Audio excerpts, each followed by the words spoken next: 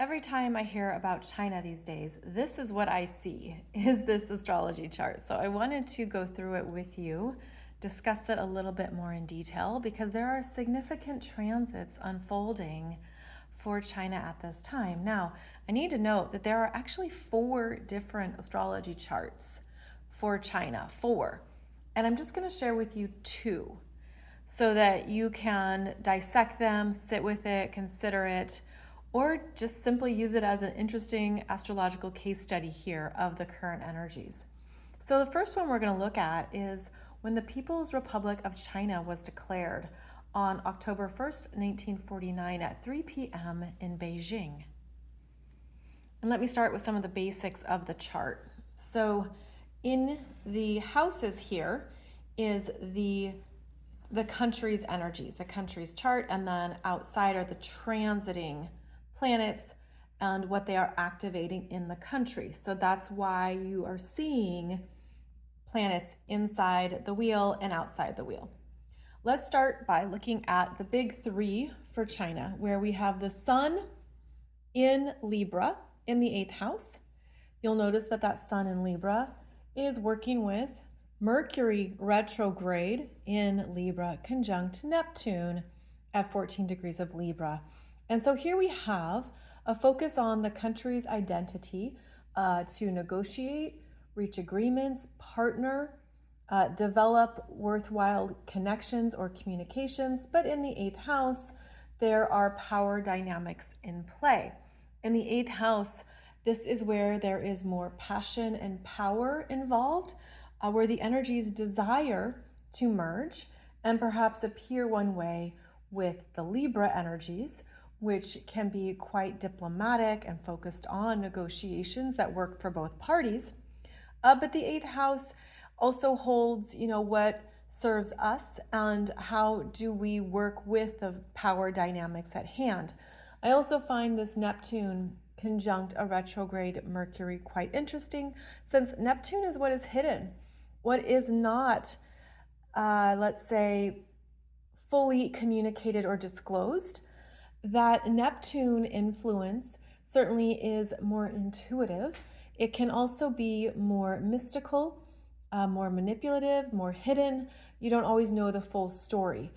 Details are kept behind the scenes. Information is withheld and it's not fully disclosed, especially in the 8th house.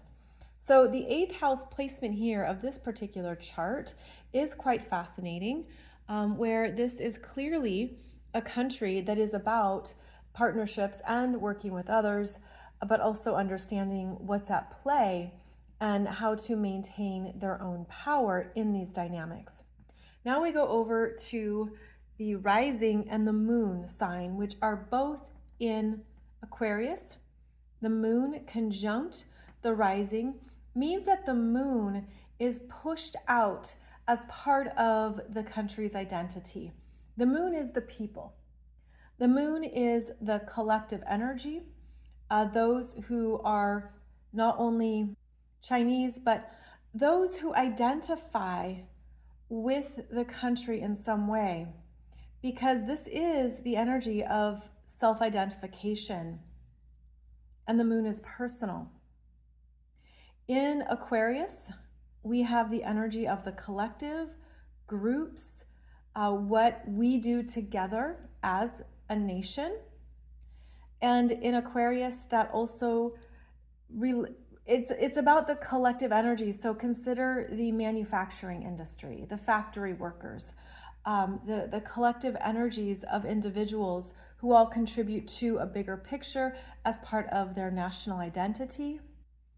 The Aquarius energy also brings in technology, innovations, advancements, being on the forefront of global developments and experiments, how there is a certain built-in psyche that the country is about advancing, not just for their own country, but perhaps even for where the world can go.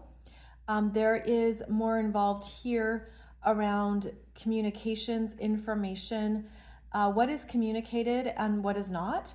When I see how the big 3 here, the rising, moon, and the sun, are in air signs, There's a lot of mental energy, a lot around the logical understandings, the thinking process, the collective mass belief systems, and how that affects not only individuals, but of course the mass psyche.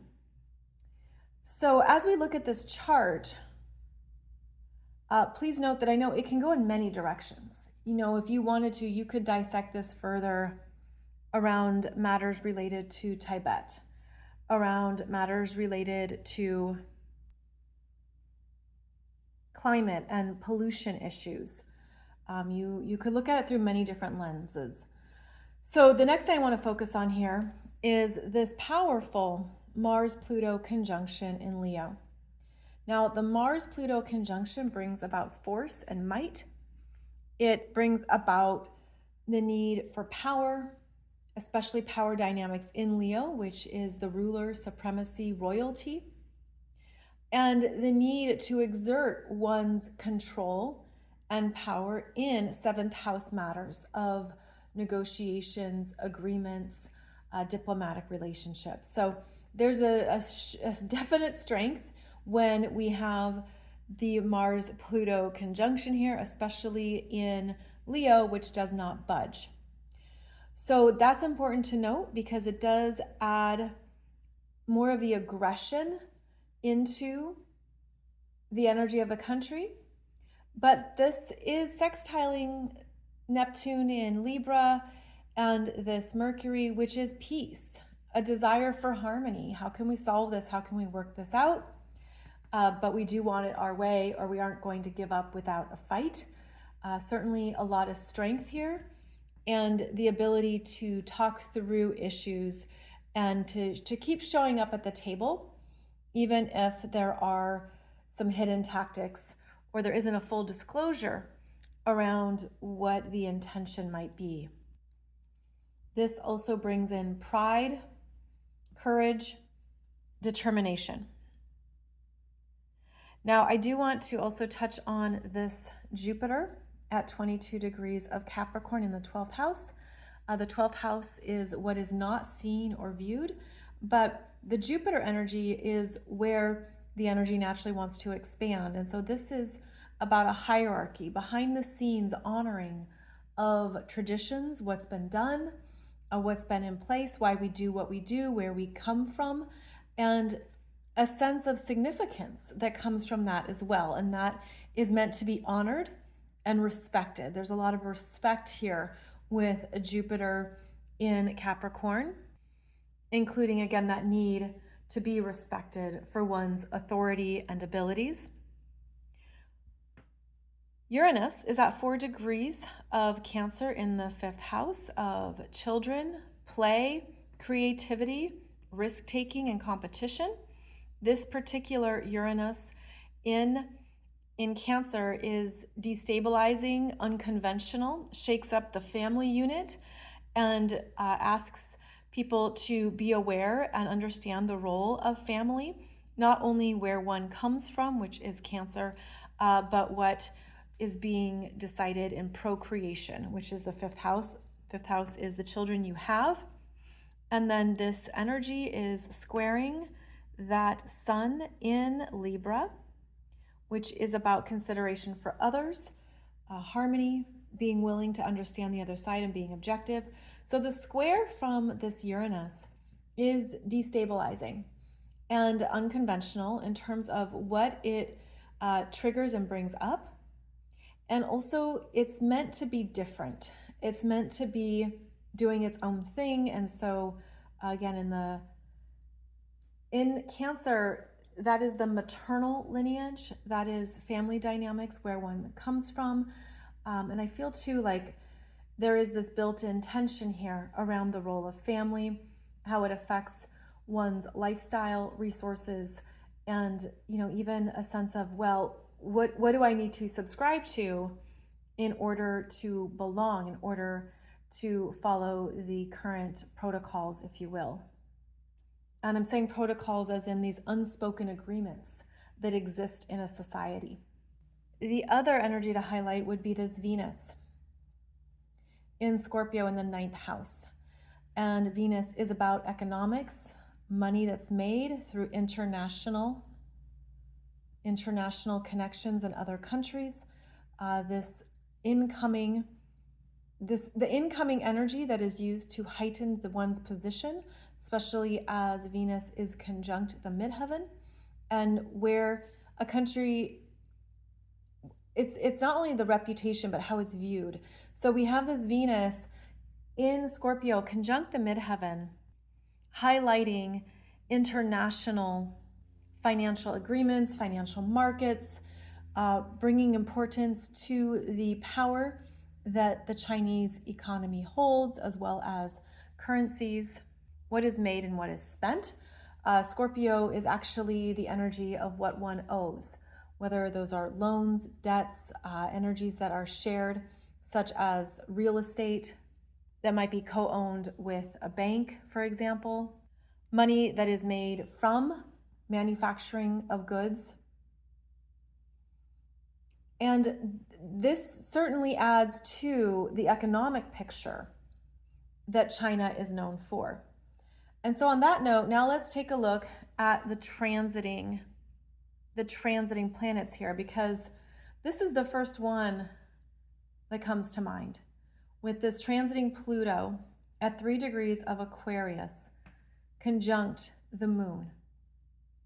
The people, the collective, the energy of who we are together. And the Pluto energy is about destruction, transformation, evolution, dismantling what has been or what the people have experienced. Is this deeply affecting communism, for example?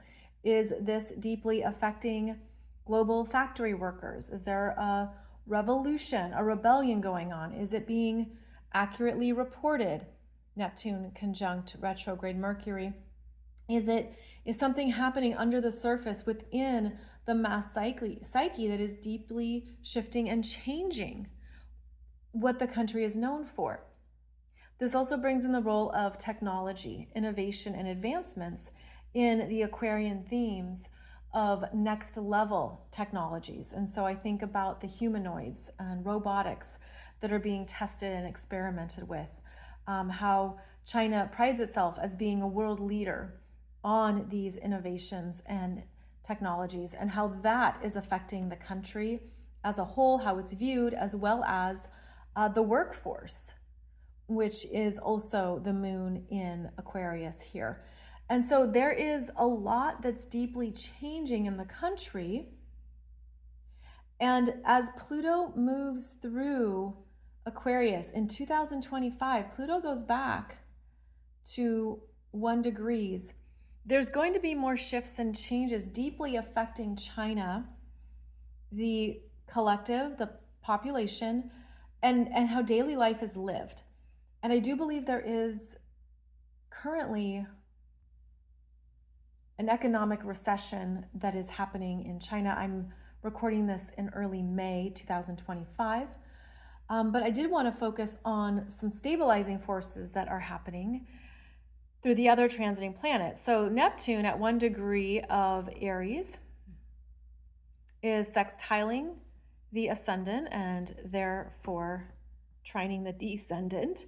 And then in late May 24th, we're going to have Saturn move into Aries, get to almost 2 degrees of Aries, and also provide a sextile to the ascendant and then trine the descendant. So I think that the Saturn entering Aries is going to stabilize what is happening in China, but it's only going to be a short-term fix, because both Saturn and Neptune return to Pisces later on in 2025, but they're going to enter in here and provide new visions, new directions, and a stabilizing energy to the destabilizing and deeply transformative influence of this Pluto on the moon. I mean, this is the moon is the most personal, the most emotional, and it's working with the collective at a very big level, challenging collective perceptions. And so I think, again, that Saturn and Neptune in the early degrees of Aries is going to provide new insights into what's possible, the new beginning that might be felt. Then we also have to discuss Uranus. Uranus here in Taurus is at the base of the chart, which is about the foundation, the economic foundation. And when Uranus comes through, it shakes things up. It affects the financial markets, the economics, the housing market here. And it creates a need for short-term fixes that might not last, but they help with whatever is unfolding. Uranus will enter into Gemini July 7th, 2025, and then will also be trining the ascendant and working with the moon here, both in Aquarius. And so this brings in advancements, technology, solutions, again, short-term answers, but it offers in like this breath of fresh air into what to do next and what is possible. So I feel that this Uranus is a big deal at this time. It's also going to shake up families, how work is done, what is used, what is implemented. Of course, we're already seeing that on the world stage and in our own lives as we have these new technologies, AI advancements, and other things that are coming in and disrupting life as we know it. That will continue, and that will be part of the deep effects here and the changing economy in China. And then we also are going to see Jupiter enter into Cancer June 9th. And as Jupiter does so, it will make a conjunction in July to this natal Uranus at 4 degrees, nearly 5 degrees of Cancer, which amplifies the instability and affects more of the real estate market, home base, families, the children, what is being created, what's being used. And this this Jupiter that will come through and make a conjunction to Uranus is a big deal for change. And it's going to also be showing what is outdated, what is no longer needed or useful. The Cancer energy is from the past. The lineage you come from, often the maternal line is focused. So this could deeply affect women and children. This could bring up a lot of displacement and a sense of where do I go? Where's my home? Do I have a home? What does that look like? What does that even mean right now? So each of these transits here is a big deal for this chart, right? This chart, and means that China is deeply changing throughout 2025, and these energies continue into 2026. Now, of course, you can dive in and examine this more thoroughly if you would like. I do want to show you a second chart that is also commonly referenced for China. As you can see, this chart is based on the country's formation back in 1912. This is also a chart that's commonly referenced.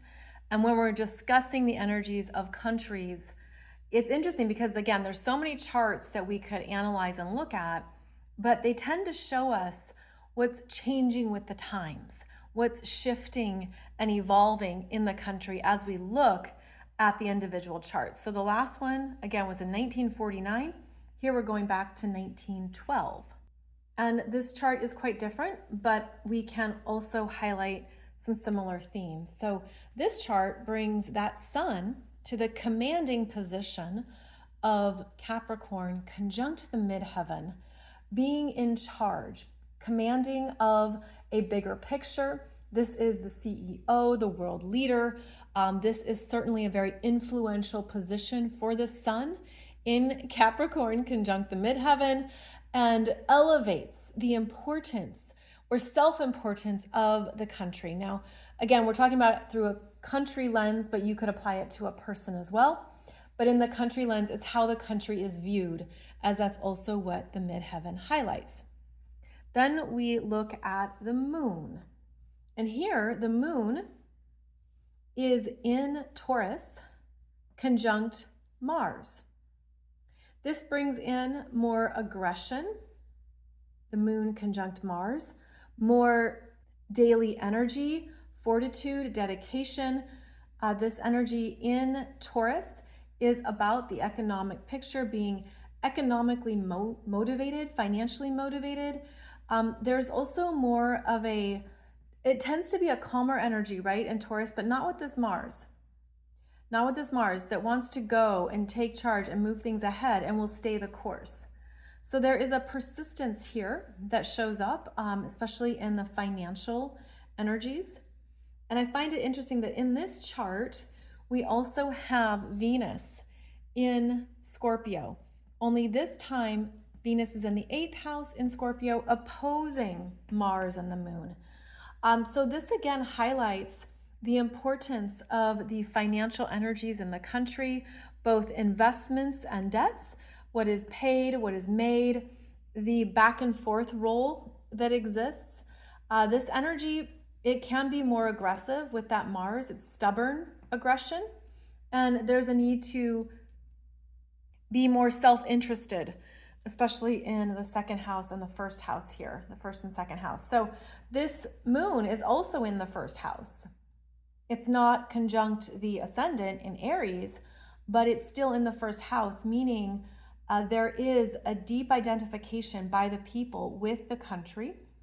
And I want to bring in here the influence of the Saturn in Taurus, which again is tradition, dedication, a sense of purpose and stability, and how that affects the country's character and how the country is viewed and experienced. Now with this Aries rising, that is more of an aggressive energy. That is the warrior and the desire to be independent, to do things one's own way. And this can also, of course, activate more of the Mars energy since Aries is ruled by Mars. So here we have a sense of, okay, we will fight for what we value. We will fight for ourselves what we want and what we need. And we will also, stand strong in what stabilizes us collectively.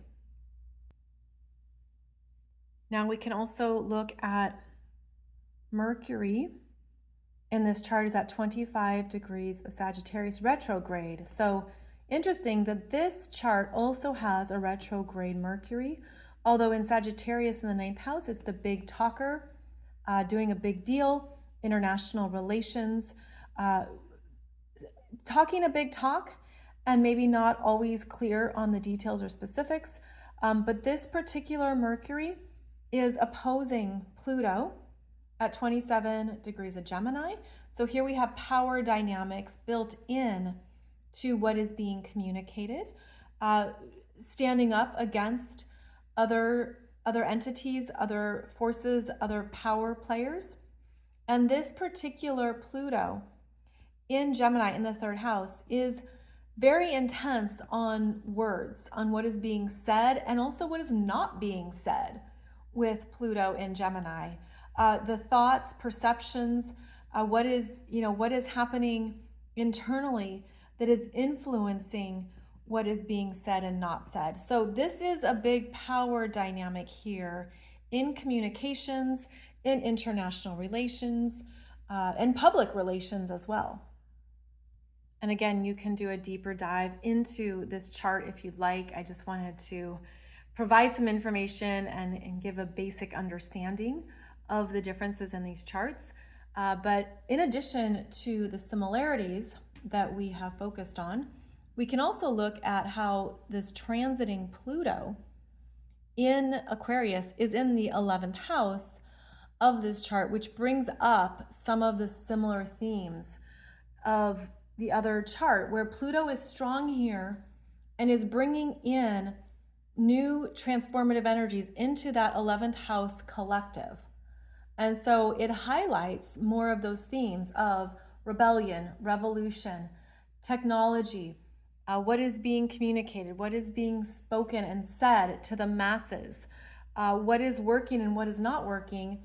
And this particular Pluto is working with that 11th house energy of where the country is going next, what transformations are underway, what is being deeply dismantled in order to be built up again, as well as the advancements that are happening in the country, but the 11th house is what you take out and what you contribute to the world at large. And it's the effects that the world is feeling around these plutonic energies in Aquarius. So this is a highly influential position here around what is happening in China that is influencing the world at large and bringing up some much bigger questions that need to be considered and solved, as well as what is going to be permanently ending, because that is, of course, how Pluto works. So Pluto is now in the 11th house in this chart, where it will stay in 2025. In fact, it's going to stay here for 20 years.